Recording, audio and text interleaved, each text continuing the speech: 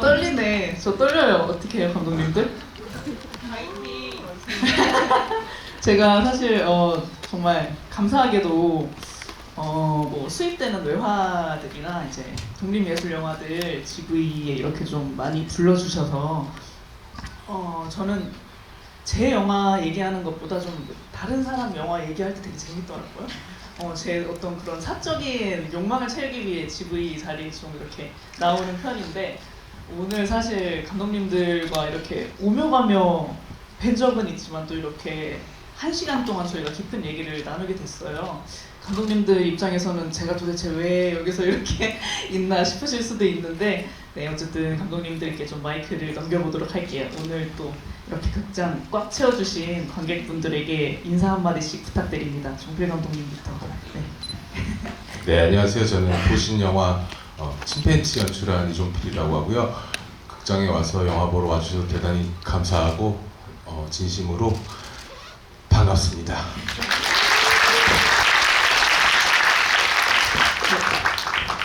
네, 안녕하세요. 저는 극장 시간들에 자연스럽게 연출한 윤가은이고요.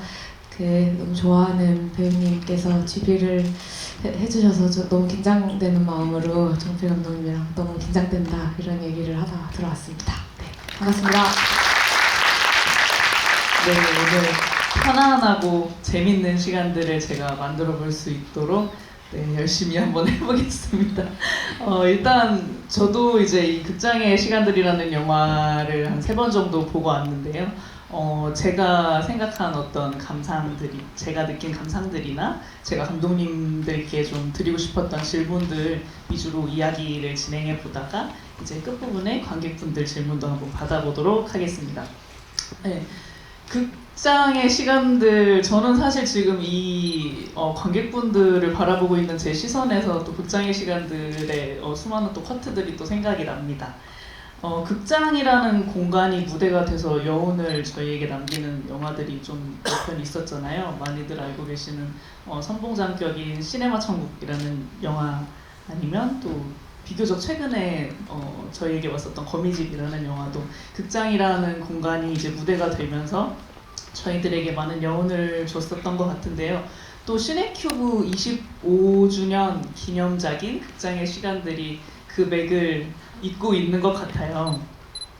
먼저 이 프로젝트의 시작에 대해서 저는 좀 질문을 드리고 싶은데요. 감독님들이 아무래도 갖고 계신 시나리오는 아니셨을 것 같아요. 그래서 이야기 개발 과정에 대해서도 궁금하고 옴니버스인인 만큼 감독님 3분이 이제 작업을 하실 때 어느 정도 서로 이렇게 시나리오를 좀 공유를 하셨는지, 아니면은 뭐 이렇게 어쨌든 한 편으로 만들어가는 과정이 좀 지난하셨을 것 같은데 그런 과정에 대해서 지금 떠오르는 잔상들이 있다면 좀 나눠주시기를 부탁드립니다. 네, 가은 감독님부터 들어볼까요? 일단 제 기억에는 아마 작년 4월, 네, 3월, 4월 이때쯤 이제 아토의 재정주 대표님께서 이런 프로젝트가 있다, 시네큐브가 이제 개관한 지 25주년 돼서 영화를 만들려고 하는데 이런 앤솔로지 프로젝트가 있다 이렇게 얘기를 하셨고, 극장과 영화에 대한 자유로운 이야기를 담을 수 있다. 어떤 터치도 없다. 제작비는 이러이러하다. 이제 이렇게 얘기를 하셨는데 어떤 터치도 없이 자유롭게 만들 수 있다. 단편 영화를. 이게 너무너무 큰 매력이었고, 제가 그때 당시에 사실 제가 이제 뭐 이렇게 딱 제안받아서 막 순발력 있게 영화를 만들어 본 적이 없어요. 제가 그런 거 잘 못해가지고. 근데 이제 작년에 그게 아마 제가 오랜만에 장편 영화를 만들고 후반 작업을 막 이제 하던 중이었는데, 그때 이제 영화를 만들고 나면 후반 작업은들 편집, 믹싱 이런 건들 이제 다 이루지 못한 거를 이제 수습하는 과정이어가지고 이렇게 하지 말았어야 되는데 뭐 이렇게 했으면 재밌을 텐데 이런 리스트만 엄청 쌓여 있을 때였어요. 근데 그게 딱 제안이 왔을 때 그러면 좀 만들어 그간 이제 이 지난 영화를 좀 빡빡하게 찍어가지고 완전히 좀 헐겁게 세계주의. 네. 네, 맞습니다. 좀 자유롭게 좀 재밌게 이렇게 찍을 수 있을까? 아 물론 그 영화 찍을 때 재밌었지만 좀 다른 의미로 조금 더 열린 어떤 것을 할 수 있지 않을까 이런 생각이 들어서 이제 그걸 덥석하겠다고 하면서 그래도 불안하니까 이제 같이 하시는 감독님들 어떤 분이 계신가요? 그랬을 때 이제 그때는 이제 딱 이종필 감독님 하실 것 같다 해서 그러면은 저 그때까지는 이제 막 어떤 이렇게 개인적으로 만난 적이 없었어가지고 근데 제가 너무 오랜 팬이었어서 그럼 이번 기회로 어떻게 엮여서 친해질 수 있겠다 네, 이런 사심도 좀 담아서 가게 됐습니다. 그러면 정말 어떠한 터치도 없었나요? 전 이런 게 궁금하거든요. 네, 하나 있었어요. 뭐죠? 갑자기 생각 이런 얘기 해도 되나? 네, 저희끼리 들어보세요. 하나 없었는데 그 극장과 영화에 대한 이야기였는데 이제 막 찍고 이제 막 그 촬영 들어가기 직전에 극장이 나오면 더 좋다 이런 얘기를 하셨는데 근데 그것은 강제는 아니었어요. 근데 이제 그 얘기를 듣는 순간 제 영화 시나리오 원래 극장이 없었는데 극장이 생기면서 그 영화 시나리오 안에 극장이 나오는 장면이 생기면서 오히려 영화가 좀 시나리오가 완성된 그런 그럼 꼭 시점이 있었어요. 시네큐브이지는 않아도 됐었던 건가요? 그냥 다 열려 있었어요. 그것은. 하지만 아무래도 시네큐브 25주년 기념전이기 때문에 어떤 또 시네큐브에서 찍었어야 했던 그건 아닌데 여기는 섭외가 되니까 봐요. 극장 섭외가 진짜 힘든데 이런 데서 아. 찍을 수 있으면 진짜 땡큐. 네.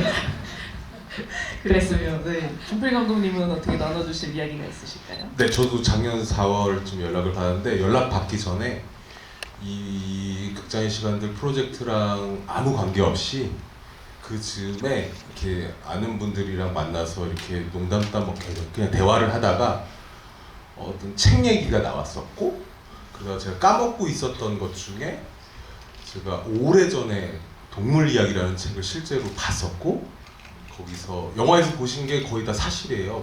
믿기기 어려우시겠지만 그래서 어느 책에서 동물 이야기 책에서 침팬지만 딱 다른 건 정보인데 이것만 폴란드에서 온 침팬지들 청경원에 온 그걸 읽고 제가 그 오래전에 방황하던 시절에 이렇게 동물원에서 침팬지를 자주 보러 가곤 했었어요. 실제로. 그러다가 어느 날 사육사님이랑 대화하다가 어둠 속에 있는 이렇게 너무 나이를 많이 먹어서 이렇게 일반인들의 공개가 안 되는 침팬지도 봤었고요. 그리고 몇 년 후 시간이 지나서 우연히 그 책을 다시 볼 기회가 있어서 옛날 생각이 나서 그걸 봤는데 그 이야기가 없어져 있었어요. 그러니까 지금은 그냥 정보로 바뀌었는데 근데 그 책에 있었고 그러니까 제가 읽은 이야기가 없어졌어요. 그 책은 그대로 있는데 무슨 말인가 싶죠? 듣고 있는 거죠? 내가 이상한 건가? 영화랑 그대로예요. 영화랑 똑같고 그리고 심지어 그 동물원 게시판에 인터넷 게시판에 글도 남긴 적도 있었어요. 아무튼 그런 얘기를 까먹고 있다가 작년 4월에 몇 분 이렇게 아는 사람들 만나서 얘기하다가 책 얘기를 하다가 그냥 그게 떠올라서 나한테 이런 적이 있다라고 하니까 그 중에 어떤 한 분이 이거 영화로 만들면 되게 좋겠다. 그럼 좋겠다 하고 며칠 있다가 저도 이 재정주 총괄 프로듀서님한테 연락을 받고 이상한 일이잖아요. 근데 원인은 아마도 그 즈음 제가 영화를 너무 많이 봐서 이런저런 혼란과 뭐 이것들이 섞인 것이 아닐까? 뭐 그런 것들이 있었고 어떤 식으로든 아무도 못 믿겠지만 저도 믿기기 어렵지만 이것을 어떤 이 극장의 시간들이라는 프로젝트 안에서 기록하고 싶다? 그렇게 시작이 되었고요. 그리고 건재 감독님, 강은 감독님이랑 사전에 만나서 조율하거나 이런 거는 하나도 없었고요. 다 각자의 단편을 완성한 후에 처음 만났고요. 심지어 강은 감독님은 태어나서 처음 만났던 것 같은데 그래도. 근데 저만의 착각인지 모르겠지만 굉장히 친숙하다, 친밀하다 이런 느낌을 받았고요. 그다음에 오늘 첫 개봉을 앞둔 첫 관객과의 GV에 주영 배우님이 만나자마자 책도 선물해 주셔가지고 정말 친밀하고 행복합니다.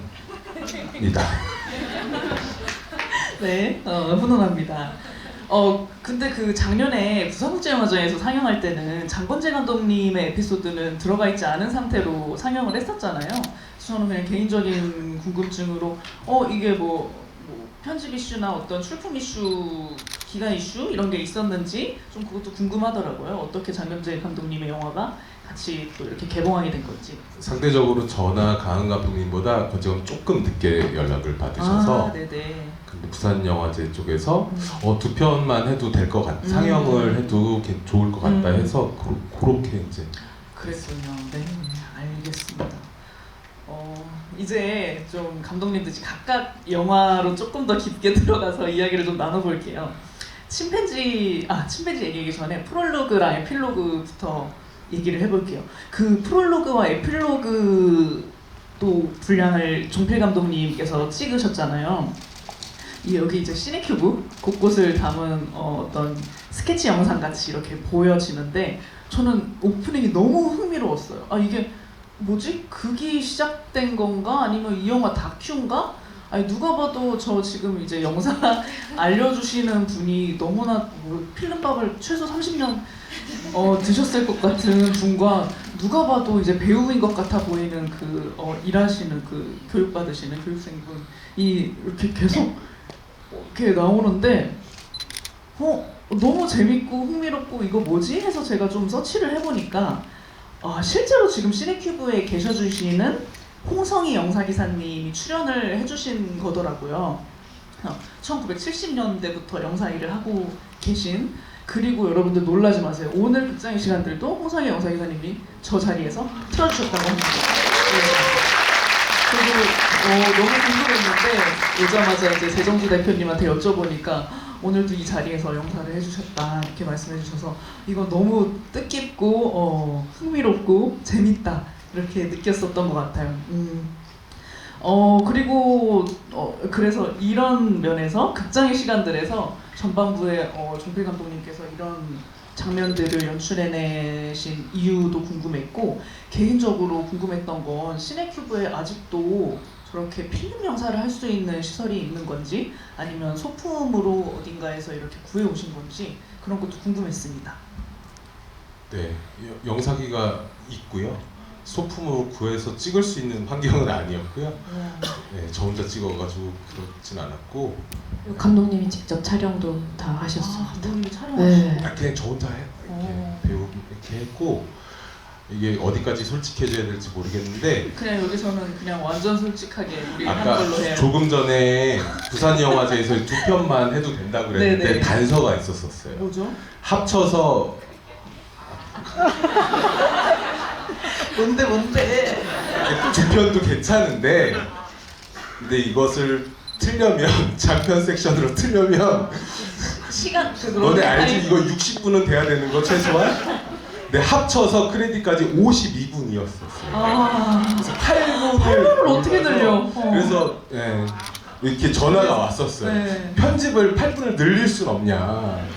그래서 그거는 안 될 것 같고, 그래서 8분이 모자라서 그래서 제가 그러면은 반띵해서 4분 맞자 라고 이렇게 했는데 감독님 어떻게 말씀하실지 모르겠지만 어쨌든 제가 들은 얘기는 강은 감독님은 지금 세계의 주인 때문에 바빠. 거절하시고 나는 4분 못 내. 저한테 오지도 않아. 저한테 연락 안 하고. 저는 제가 들은 버전 뭐였냐면 저희가 그때 이런 말 해도 돼. 그 영상원 영상원 뭐 프로젝트 30 이래가지고 3분째 영화를 찍어야 되는 프로젝트가 있어. 그 종필 감독님도 찍으시는데 막 그게 쏟아지니까 저는 그 자연스럽게 이거 마감하고 있고 그것까지 해야 되는데 막 너무 바쁘다 그러는데 갑자기 종필 감독님이 그 나머지 그것을 해주시기로 하셨다 해서 종필 감독님 시간 안 돼요. 내가 나 종필 감독님 무슨 비서도 아닌데 근데 이미 찍고 계시다 그러고 그게 너무 좋다는 소문을 나중에 듣고 봤는데 저걸 어떻게 찍으셨지? 진짜 너무 충격이었어요. 저는 그게 너무너무 좋았었어가지고 맞아요. 저는 들은 바가 없습니다. 그래서 저는 일단 이 극장의 시간들에 나오는 표지처럼 될 수 있는 앞부분과 뒷부분에 8분을 채워야 된다는 그게 미션이 하나 있었고, 그럼 뭘 하지 당장? 그랬을 때 영사 기사님을 일단 기록하고 싶다는 마음밖에 없었었어요.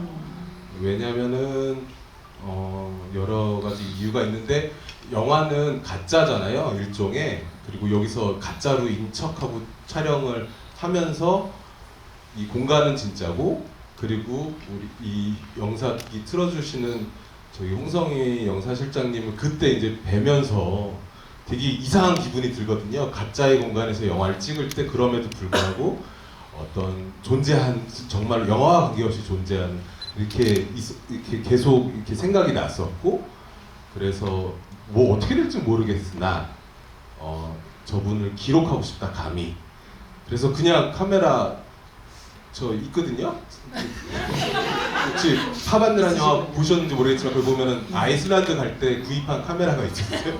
좀 싼, 하여튼 4K 되는, 아무튼 그게 하나 있어가지고 사운드는 이런 말 해도 그 유튜버들 쓰는 그 와이어리스 마이크 그 당근으로 50만 원에 주고 있어가지고 제가 제작비 50만 원 받아가지고 당근 거래로 이렇게 사서 와이어리스 해가지고, 네, 그래서 용사기사님을 그냥 하루 아무런 계획 없이 그냥 이렇게 하루 종일 이렇게 찍었고, 찍으면서 되게 무엇을 하실까? 근데 되게 인상 깊었거든요.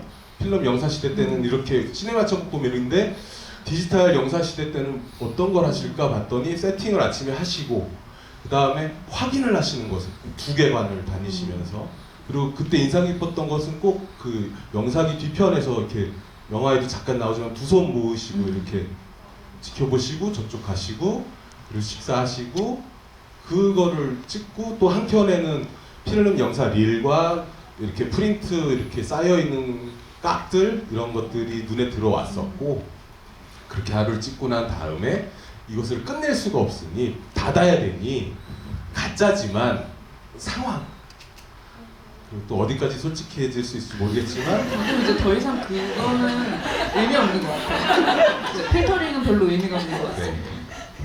저는 보신 은광 감독님의 이번 자연스럽게 보면서 영화적으로 저도 창작하는 사람으로서 배운 게 이렇게 상황을 던져놓고 이렇게 가는 게 만들 수가 있지, 영화라는 것도. 그래서 저도 그때 어떤 상황이 있으면 되겠다라는 착안해서 심혜인이라는 젊은 배우를 만약에 필름 영사 기술을 배운다면 어떻게 될까?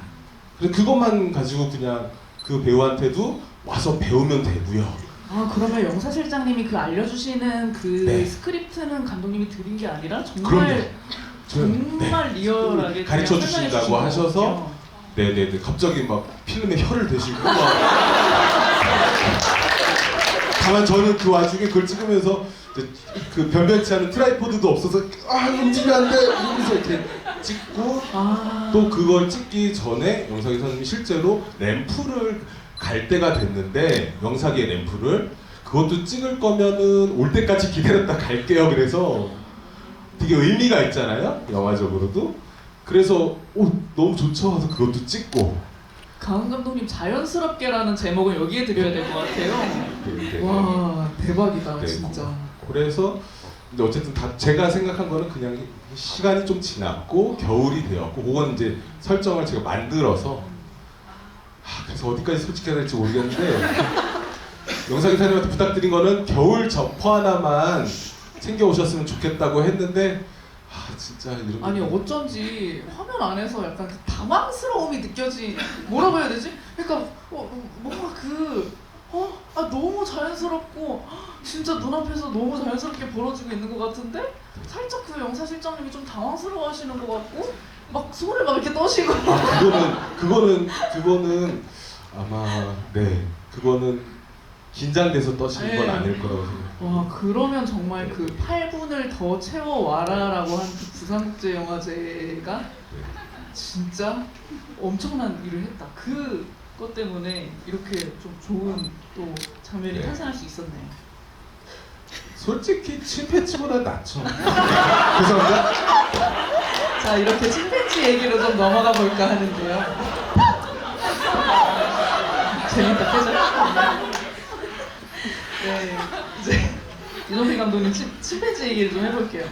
제가 그 감독님 최근작 또 넷플릭스에 올라온 파반느를 보면서도 느꼈지만 그 종필 감독님께서는 앞장면 바로 앞장면 앞 직전에 장면이나 대화나 상황을 그 다음 씬에 바로 이렇게 전복해버리는 연출을 굉장히 좋아하시고 또 즐겨 하시는 것 같아요. 그 이번 영화에서는 그 군인 그 홍사빈 배우가 연기하신 제재가 팝콘 들고 이제 영화관에서 만나잖아요, 젊은 고도랑.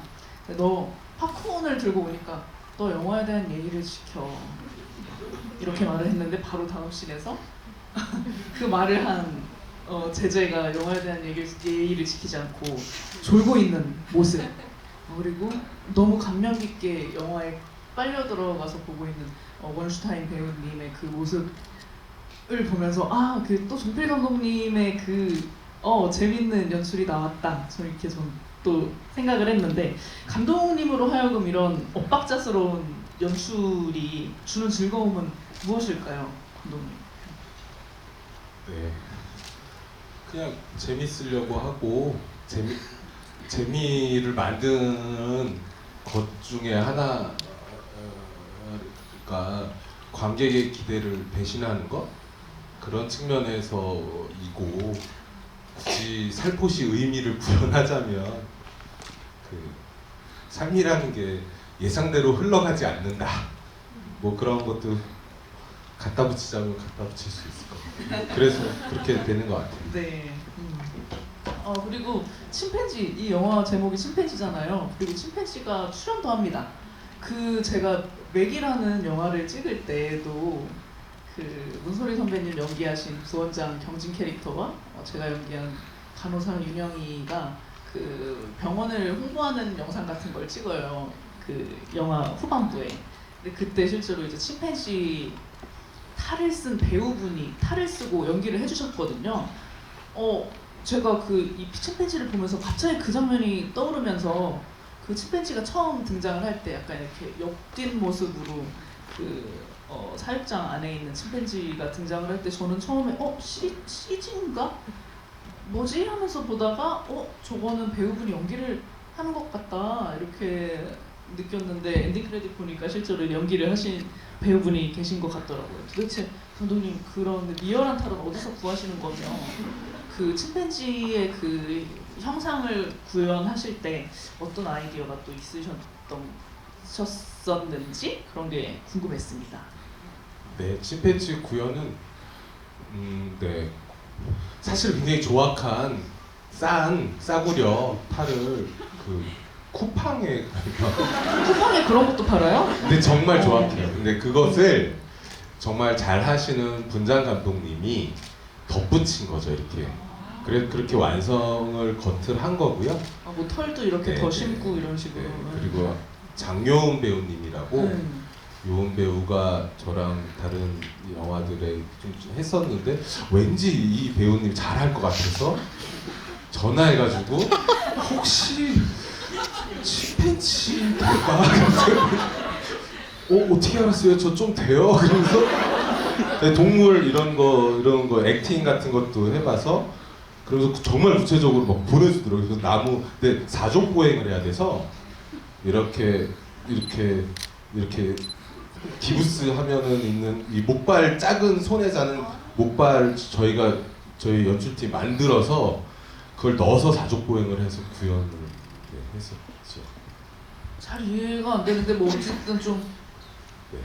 어려웠을 것 같아요. 그렇죠? 네. 알겠습니다. 근데 어떤 것 때문에 그 배우님이 그 침팬지 연기를 잘 하실 거라고 생각을 하셨어요? 그 지점이 너무 궁금해요. 장요은이란 배우는 단편 스포일리아 혹시 보셨는지 모르겠는데 거기 나오는 배우인데, 저랑은 탈주 파반느의 크지 않은 역할로 이렇게 연달아, 신분이 있어서 연달아 한 것도 아닌데 그냥 오디션 보면 그 친구가 제일 잘하더라고요, 항상. 그리고 왠지 그냥 잘할 것 같았어요. 네. 몸을 잘 쓰는 배우들이 있고 이 친구는 되게 왠지 잘할 것 같아서 물어봤더니 할 줄 안다고 해서 네, 하게 됐습니다. 네, 알겠습니다. 제가 종필 감독님에게 준비한 질문 채 하지도 못하는데 벌써 시간이 30분이나 지나서 그 강은 감독님 영화 자연스럽게 넘어가 보도록 할게요. 이 영화는 진짜 감독님 뭐 어떻게 하신 거예요, 이 영화? 저 진짜 보면서 너무 재밌었어요. 그러니까 처음 이제 시작하는데 막 풀샷으로 사운드가 너무 겹쳐요. 배우가 7명인데 뭐라고 하는지도 모르겠어. 막 사운드 너무 겹치고 막 하는데 너무 자연스럽고 뭐지 하면서 막 보게 되는데 저는 보면서 계속 혼란스러웠던 게 극 중 나오는 아역 배우분들이 도대체 고화성 배우님의 디렉팅을 현장에서 따른 건가? 아니면 윤가은 감독님의 디렉팅을 따른 건가? 이 영화 뭐지? 보면서 혼란을 거듭하게 되는 너무 재밌는 경험이었었던 것 같아요. 이거는 저의 경험인 어떤 TMI를 말씀드려보자면 제가 드라마 데뷔작 찍을 때 음향 기사님한테 되게 많이 혼난 적이 있었거든요. 보통 저희가 특히나 드라마 찍을 때 이렇게 뭐 배우 둘이 있으면 바스트를 찍을 때 보통 이제 카메라가 잡고 있는 배우의 음성을 픽업해야 하기 때문에 안 걸리거나 이렇게 좀 애매하게 걸리는 배우는 최대한 좀 대사가 물리면 안 되거든요. 발화하고 있는 배우와. 근데 제가 경험이 없고 잘 모르니까 대사를 조금씩 계속 물렸었던 거예요. 그래서 이제 발화하는 배우의 대사 픽업이 잘 안 되니까 음향 기사님 왜 자꾸 대사를 불려 들어가냐고 그래서 제가 막 혼난 적이 있어요. 근데 강은 감독님 영화를 보는데 나의 트라우마가 약간 생각이 나요. 근데 또 생각해 보면 감독님들 중에 그렇게 막 배우분들끼리 막 이렇게 대사가 물려도 그냥 그 자체로 그거를 또 좋아하시는 분들이 있고 어떤 감독님은 대사는 되게 대사답게 딱딱 이렇게 픽업되길 원하시는 감독님들도 계신 것 같은데 강은 감독님은 좀 이렇게 이런 장면들 연출해내시면서 어떠셨어요?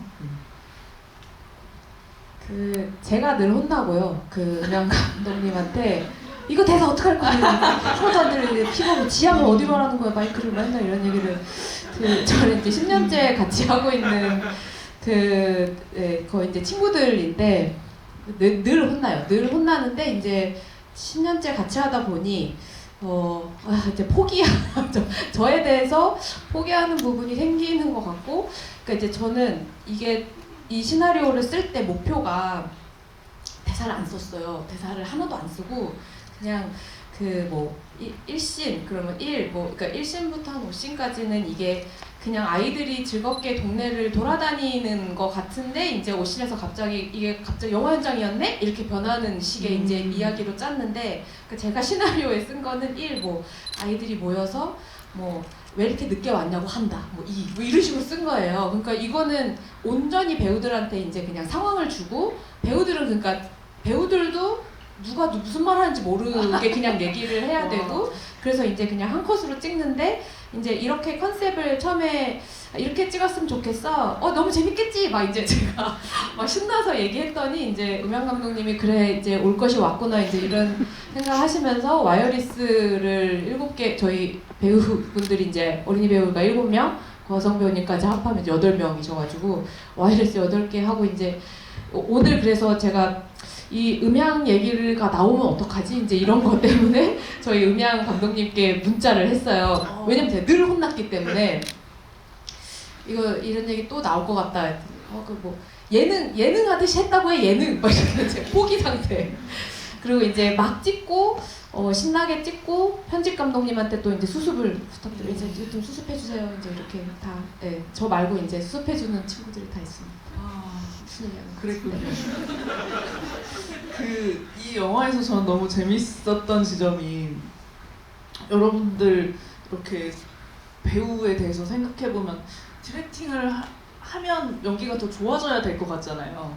근데 디렉팅을 하면 할수록 좀 이상해지고 부자연스러워지고 동작도 이상해지고 대사도 이상해지고 이런 모습들을 저는 보면서 너무 현실적이고 너무 재밌었거든요. 그리고 쉬는 시간이 되어야만 모든 것이 자연스러워지는 그 모습을 우리 이 영화를 보고 있는 관객들도 볼 수 있게끔 해주는, 저는 그 포커스가 풀려서 막 아무데나 찍고 있는 그 카메라 컷을 제가 영화 안에서 저런 컷을 보게 되리라고는 상상해 본 적이 없거든요. 저는 그 컷도 너무 재밌었어요. 그래서 제가 궁금해졌던 게, 실제로 감독님이 이 영화 현장, 그러니까 고화성 배우님이 찍으시는 영화 현장이 아닌 감독님이 찍으시는 이 자연스럽게, 영화 자연스럽게의 현장에서 그 일곱 분의 아역 배우분들에게 디렉팅을 받기 전에 너무 자연스러운 그 모습, 그리고 디렉팅을 받은 후에 뭔가 좀 이렇게 뚝 따겨지고 이상해지는 그런 모습을 어쨌든 감독님이 주문하셨을 거 아니에요. 그런 디렉팅을 어떻게 다르게 주셨을까? 그게 좀 저는 궁금해졌었거든요. 이 질문 너무 감사한 게, 이게 말하자면, 그러니까 저는 카메라 밖에 있는데 영화 현장을 찍는 영화잖아요. 그러니까 이제 이 영화 속에서는 고화성 감독이 있는 거죠. 그러니까 이제 그렇다면은, 근데 이제 저는 또 심지어 여기서 아이들이 자연스럽게 즉흥으로 연기하기를 바라는 그 상황을 바라는 나. 그러니까 이게 메타의 메타바, 이제 여기 계속 혼란이 있어서 저희가 막 현장에서 호칭을 어떻게 할까 일단. 저 그것도 궁금했어요, 네, 진짜. 그러면 이제 저분도 감독, 나도 감독, 이제 그러면 감독님, 그럼 이제 누가 뭐 이렇게 그리고 이제 처음에 심지어 고화성 배우님은 너무 당연하게 아이들이 자기를 모를 거라는 거예요. 자기를 네? 그냥 감독으로 소개해달라서, 그런 게 어딨어, 막 말도 안 돼, 저 옛날 배우예요. 무슨 말도 안 돼. 그 고화성 배우 들어오자마자 애들이 이래가지고 막 우리 고화성 배우랑 해요, 막 이제. 그래서 이제 영화 현장에서는 나는 카메라 뒤에 있을 거고 이 감독님을 따라라, 이렇게 이게 그냥 이렇게 리허설 하는 동안 이제 룰을 저희가 세웠고, 그리고 이제 스태프들은 이제 저희가 여기서 일사불란하게 움직여야 되는데, 어쨌든 고화성 배우님께도 감독 역할을 즉흥적으로 해달라는 부탁을 드렸기 때문에 아성 배우님이랑 그 영화 들어가기 전에 이야기를 많이 나눴어요. 그리고 이제 우리 어느 정도 맞춰놓고 현장에서는 배우들이 아성 감독님을 따를 수 있게 이렇게 해놓고, 근데 이제 밖에서 제가 오케이 NG만 하는 거죠. 그런 시스템이었고, 예를 들면 그 아이들이 막 이제 식당에서 막 뭐 엄마 오는 거 싫어요 뭐 이제 이런 얘기 하고 막 그런 씬은 제가 우리가 이제 그 리허설 하는 동안 배우라는 직업에 대해서, 그러니까 어린이들은 사실 전 직업이라고 생각하진 않는데 배우라는 활동에 대해서 어떻게 생각하는지에 대한 이야기를 나눴는데 그게 너무 재밌는 거예요. 그래서 시나리오에 넣었고, 그리고 이제 되게 무책임하게 고화성 배우님한테 질문을 조금 더 준비해 주시면 좋겠습니다. 자연스럽게 뭐 이렇게 즉흥적으로 이렇게 했더니, 근데 고화성 배우님이 또 어렸을 때 어린이 배우였던 시절이 있으시니까 너무 좋은 질문을 가지고 오신 거예요. 그래서 그런 장면이 이제 그냥 거의 그냥 그 어린이 배우들은 아성 감독님이랑 우리는 대화를 했어 라고 이제 그 씬이 인식될 만큼 그냥 현장에서는 완전히 아성 감독님 이렇게 불렀던 것 같아요. 이게 너무 헷갈리는 거죠. 그렇게 진행을 했습니다. 보는 저희도 진짜 이거 헷갈리니까 너무 재밌는데? 약간 이거에 되게 반복이 이었었던 것 같아요. 사실 그 자연스럽게라는 워딩의 디렉팅이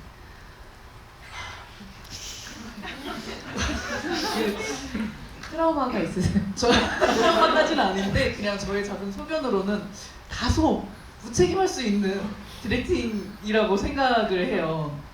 저도 작게 두 편의 단편 영화를 찍은 적이 있어요. 근데 막 영화 찍다 보면 막 시간도 없고 바빠 죽겠고 급급할 때 그냥 너무 무책임하게 튀어나오는 말이 자연스럽게 이런 너무 쉽게 튀어나오는 말인 것 같거든요.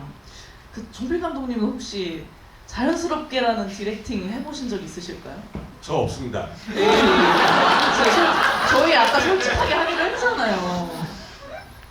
네, 그 감독 서점에 가시면 감독을 위한 영화 연기 연출법이라는 책이 있는데요. 그 책 보면은 그딴 얘기 절대 하지 말라고 했어요. 네, 안 합니다. 근데 제가 사실 저의 본업은 연기 배우잖아요. 근데 제가 사실 저는 연출을 단편 영화지만 해보고 진짜 많이 깨닫고 배웠어요. 감독님들이 왜 그랬는지 이제 알 것 같다. 그래서 제가 미워했던 감독님들을 조금 스스로 용서할 수 있게 만들어주는 귀한 경험이었답니다. 아니 좀 딴 얘기 있는데 어떤 디렉션이 좋은 디렉션인지 아직도 저는 되게 헷갈리거든요. 어떤 디렉션 정말 좋았던 디렉션이 있으셨어요? 나를 자연스럽게 만든 뭐라 진짜 이상한 저는 사실 그런 방향성이 제일 도움이 됐었던 것 같아요. 그 캐릭터나 상황에 대해서 감독님이랑 그냥 자연스럽게 대화 다른 어딩이 생각이 안 나요. 그냥 정말 시간을 가지고 얘기를 하다 보면 대화를 하다 보면 딱 이렇게 뚫리는 지점이 생길 때가 있더라고요. 그래서 너무 어렵고 뭘 해야 될지 모르겠고 약간 이렇게 막힌 것 같을 때 그냥 감독님이랑 얘기를 하면 알 것 같다. 이랬었던 경험은 좀 있었던 것 같아요. 근데 그때 감독님이 뭐 어떤 식의 그건 사실 디렉션의 영역이라기보다 저희가 이렇게 마음을 나누는 거에 가까운 것 같아요. 저도 잘 모르겠어요. 디렉션이 필요한가 이런 생각 제가 되게 많이 해서 그래서 정필 감독님 현장에서 어떻게 늘 정필 감독 영화 그 배우분들 연기가 좀 약간 이상하게 좋은 지점이 늘 있어서 어떻게 그 책을 저도 그 책 읽었는데 그 책을 다시 정독을 해야 정필 감독님이 아무래도 비밀로 하고 싶으신 것 같아요. 영업 비밀? 그게 상황마다 다른데 저도 하고 내가 이런 디렉션을 한 적이 있었어요. 진짜 예를 들면 근데 진짜 예상 못 하실 건데 그러니까 자연스럽게 했으면 좋겠다는 것을 왜 부담되냐면 지금 부자연스럽다는 얘기를 그쵸. 하고 있는 거잖아요. 그리고 때로는 그게 이렇게 다양한 상황에 다양한 배우들인데 배우도 알고 스태프들도 알고 모두가 되게 굉장히 지금 중요해. 잘해야 돼. 이럴 때 저는 되게 어떤 디렉션을 저도 모르게 했는데 되게 천재인가? 그게 뭐냐고요? 진짜 황당하게 들으실 수 있는데 가짜로 하라 그랬어. 가짜로 해라? 대충 하라 그랬어. 대충 해라. 척 하라 그랬어. 그러니까 이거 못해도 상관없다 그랬어. 힘이 빠지면서 뭔가 척해라. 가짜로 해라. 척해라. 그러니까 뭐야? 자연스럽게 해라의 반대말인 거죠. 자연스럽게 해라는 사실은 진짜처럼 해라의 순화된 표현인 것 같고 그러면 그럴수록 더 부담을 느끼니 어차피 이거 가짜니까 그냥 가짜로 그냥 대충 사실 부자연스럽게 한다는 것이 지금 되게 떨리고 힘들고 뭔가가 편안하지 않다는 것의 반증이잖아요. 그러니까 오히려 막 해라. 부담 갖지 말고 막 해라. 이렇게 해주신 거거든요. 그렇게 했는데 되게 자연스럽게 했어요. 됐어요. 네. 알겠습니다. 다음 질문 넘어가 볼게요. 그 영화 초반에 고화성 배우님이 디렉팅을 하고 나서 배우분들이 이제 부자연스러워지니까 이제 어려움을 겪잖아요. 그때 되게 역설적으로 이제 시나리오 70신 이렇게 인서트가 딱 나오면서 모든 것이 자연스럽다 라고 이렇게 지문이 적혀진 그 시나리오 인서트가 딱 들어가요. 전 이거 보고 궁금했던 게 70신? 그 고화성 배우님에게 그 윤가은 감독님이 이 영화 안에서 찍히고 있는 이 영화 시나리오를 드렸을까? 아니면은 이 영화 안에서 찍고 있는 이 영화는 오직 이 70신 시나리오 70신만 존재하는 영화인가?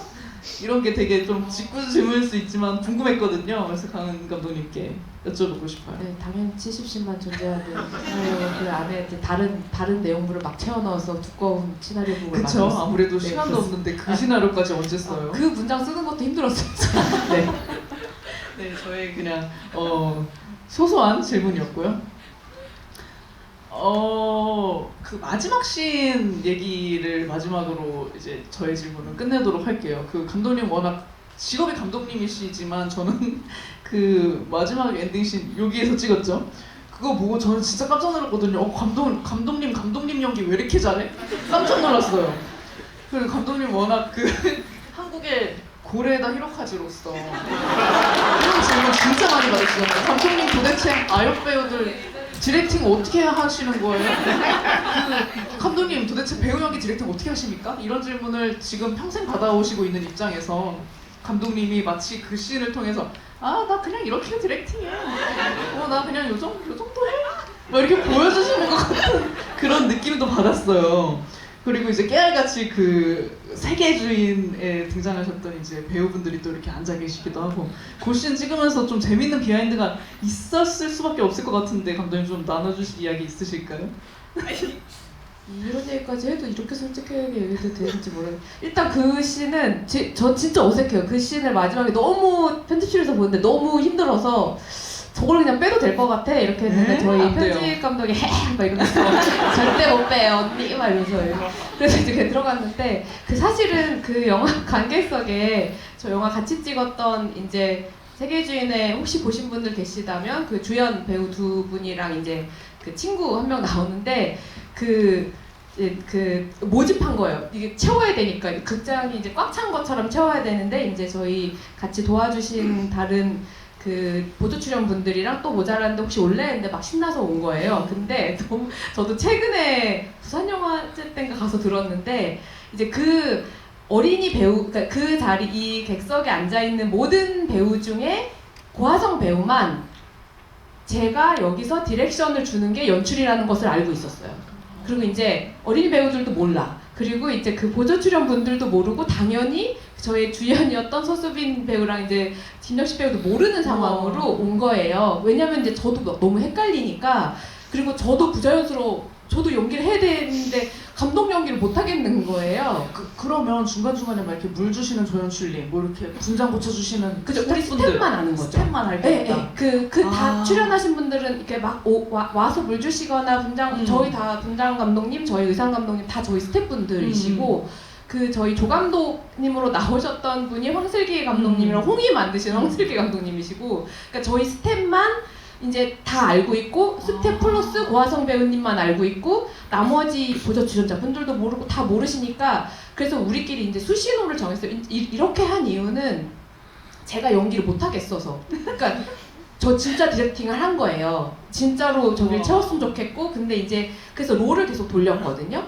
근데 그 이게 컷을 제가 하는 게 뭔지 그러니까 이게 쭉 찍어야 되니까 이게 메이킹처럼 그냥 쭉 찍어야 되니까 근데 제가 컷 하면 자꾸 촬영되면 꺼버리는 거예요. 컷이 아닌데 돌려야 되는데 그래서 이제 신호를 정했어요. 저희 스크립터가 이제 가서 조용히 지금이 진짜 컷이에요 이제 이렇게 하기로 정했는데 자꾸 이제 우리끼리 이제 왔다 갔다 하면서 하니까 사람들이 아무 말씀도 안 하고 자기 실수할까봐 혹시 이거 누를까봐 그러니까 우리가 이렇게 진행을 하고 있으니까 서수빈 배우가 그날 왔는데 왜 이렇게 제가 컷 했는데 촬영도님이 그 롤링을 하는 걸 본 거예요.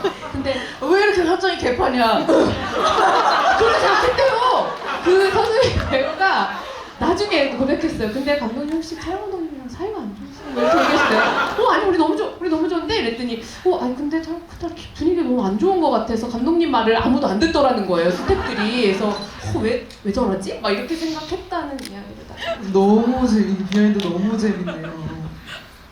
벌써 시간이 이제 마치기 10분 전이라 급하게 이제 관객분들에게 자연스럽게 마이크를 넘겨보도록 할게요. 네, 이렇게 제일 먼저 손을 들어주셔가지고 마이크 있을까요? 네.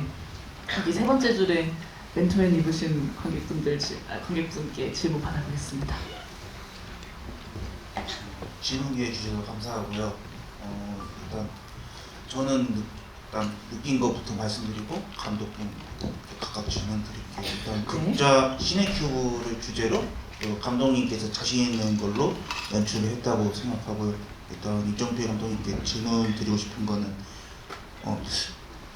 이정표 감독님의 이야기를 김대명 배우를 캐스팅해서 이렇게 쭉 풀어낸 것 같거든요. 혹시 그 김대명 배우를 캐스팅한 이유가 있는지 궁금하고 그리고 윤가은 감독님께 드리고 싶은 말씀은 좀 자유분방하고 애드리브를 좀 허용하는 게 션 베이커 감독의 플로리다 프로젝트의 아연 영이 보는 것 같았거든요. 와 고레에다 히로카즈에 막 션베이커 그럼 제가 여쭤보고 싶은 거는 그 7명의 그 소녀들의 캐릭터를 보고 싶었는데 다 똑같은 것 같았거든요. 근데 처음이자 마지막에 이제 복선으로 소희라는 소녀를 이제 줌인하고 줌아웃하는 그런 게 있던데 혹시 소희라는 배우를 찍어서 이렇게 연출한 이유가 있는지 아니면 소희가 나중에 제2의 고화성이 될지 제2의 윤관이 될지 궁금합니다. 종필 감독님부터 대답해 주실까요? 김대명 캐스팅 이유는요. 대명 배우는 오래 전부터 그 소위 말하는 미생으로 뜨기 전부터 친구였었어요. 그리고 친해진 이유도 그냥 얘기를 나누다 보니 한 30대 초반이었나 20대 후반에 만났는데 제가 20대 초반에 광화문 주변을 맴돌면서 영화관 시절을 보낼 때 걔도 어딘가에서 그러고 있었던 거여서 아 너도 그랬었니? 하면서 친구가 됐어가지고 그런 와중에 이제 저도 그 친구는 배우고 저는 연출을 하니까 언제 작품에서 만나면 좋겠다라고 생각을 했지만 이렇게 만날 기회가 없더라고요. 근데 이 작품을 쓰다 보니까 쓰면서 이상하게 제 친구 대명이가 계속 떠올라서 쓰다 말고 전화해서 내가 계속 이상하게 네가 떠오르는데 널 계속 생각하면서 써도 되겠니? 라고 물어봤더니 그래서 네 함께하게 되었습니다.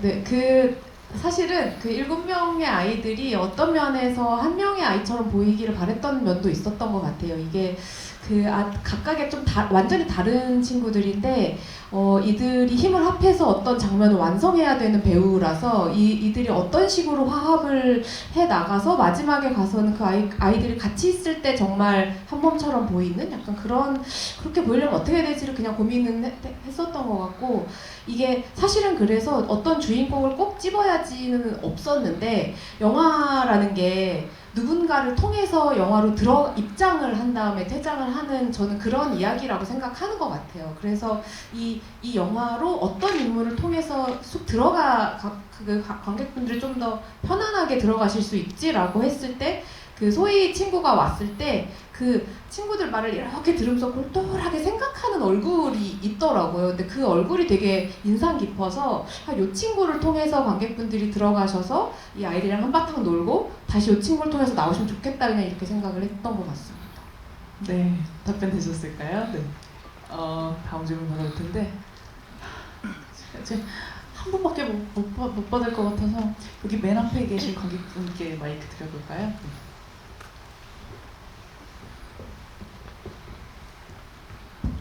네, 안녕하세요. 오늘 영화 너무 재밌게 봤고 영화를 좋아하는 사람으로서 이렇게 영화에 대해 말하는 메타시네마가 너무 저는 즐거웠고 또 이 시네큐브에서 보고 있다는 사실이 더 뜻깊게 와닿았는데 특히 또 저는 우리들 때부터 윤광 감독님 너무 좋아했어서 그리고 인터뷰나 다른 에세이에도 그런 촬영장에 대한 비하인드 얘기들이 많았잖아요.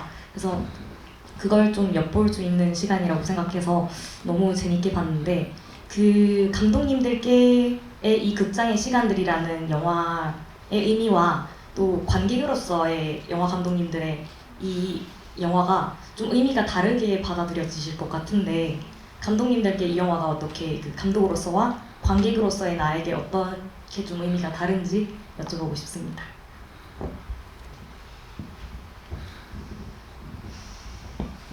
저 감독으로서 극장의 시간들은 제가 되게 만나고 싶었던 윤광 감독님과 함께했다는 의미가 있는 영화인 것 같고요. 그리고 책까지 선물해준 저는 현재가 중요해요, 진짜로. 현재 이런 자를 만드는 영화라고 생각하고 아마도 관객분들한테는 특히 그냥 다른 건 모르겠고 침팬지라는 영화는 잘 모르겠잖아요. 근데 제가 정말 극장에서 살았던 시절이 있었어요, 예전에. 그때 뭐 좋은 영화, 감동적인 영화도 있지만 이 도대체 무슨 영화지? 졸면서 봤던 어떤 그런 영화 같았으면 좋겠다 하고 생각합니다. 어려운 질문이어서 감독으로서는 저는 이게 제가 여기서 찍었거든요.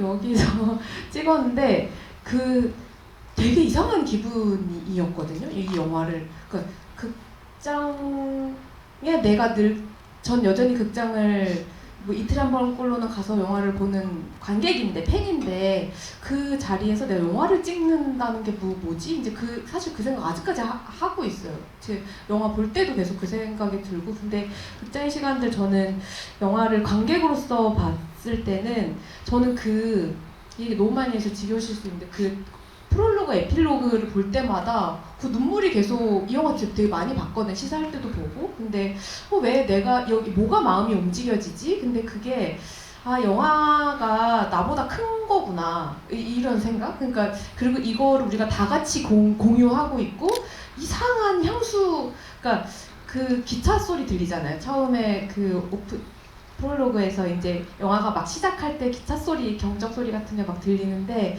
어딘가로 우리를 데려다주는 이 영화를 되게 오랫동안 사랑해왔고, 근데 이것은 내가 이 영화라는 걸 사랑하기 전에도 영화가 있었고, 그리고 내가 어딘가로 이 세상을 떠나도 영화는 있겠구나, 뭐 이런 생각을 자꾸 하게 돼요. 그 관객으로서는. 그래서 영화가 우리보다 훨씬 큰 거, 나보다 훨씬 크고, 그래서 영화가 오랫동안 있으면 좋겠다, 이런 생각을, 그냥 이상한 생각을 계속 하게 돼요.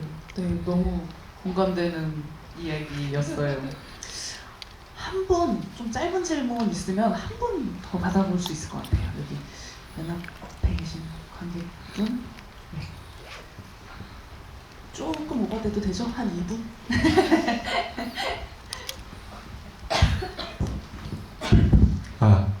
질문 기회 주셔서 감사합니다. 그 영화 너무 세 편 다 잘 봤고, 극장의 시간들이라는 제목처럼 세 편 보고 나니까 극장이라는 장소 자체와 영화라는 매체 자체에 더 가까워지고 좀 더 빠지게 되는 시간이었다고 생각합니다. 저는 윤강은 감독님께 질문 드리고 싶은데, 전작부터 늘 팬인데 항상 아이들과 함께 하셔서 어떻게 하면 아이들을 이렇게 잘 다루실까 늘 궁금했는데, 이 자연스럽게 보면서 일부는 좀 해소가 된 것 같은데, 늘 아이들과 함께 하시는 이유, 그래서 늘 아이들에게 좀 배우는 것들이 혹시 있다면 그런 것들이 궁금합니다. 이 영화는 가짜. 저는 훨씬 좀 무섭고, 아성 배우님께서 너무나 우아하고, 아름답게 표현해 주셔서 감사한 마음이. 어린이들이랑 하면 진짜 좋은 것은 함부로 행동하지 않게 되는 것 같아요. 제가. 그러니까 아직 자라나고 있고, 흡수가 빠르고, 날 보고, 그리고 어떤 기대에 차서 어른들을 보잖아요. 어린이들은 같이 뭔가를 할 때 기대하는 얼굴이 있거든요. 배워야지, 이런 얼굴이 있고. 그러니까 내가 허투루 하면 안 되고, 그리고 가짜로 말해도 안 되고, 솔직해야 된다. 근데 솔직하게 어떻게 하면은 정확하게 좀 더 시간과 공을 들여서 어떤 이야기를 하지? 이런 생각을 늘 하게 돼서 준비를 좀 많이 더 하게 되는 것도, 물론 성인 배우님들 할 때 제가 많이 기대는 것 같아요.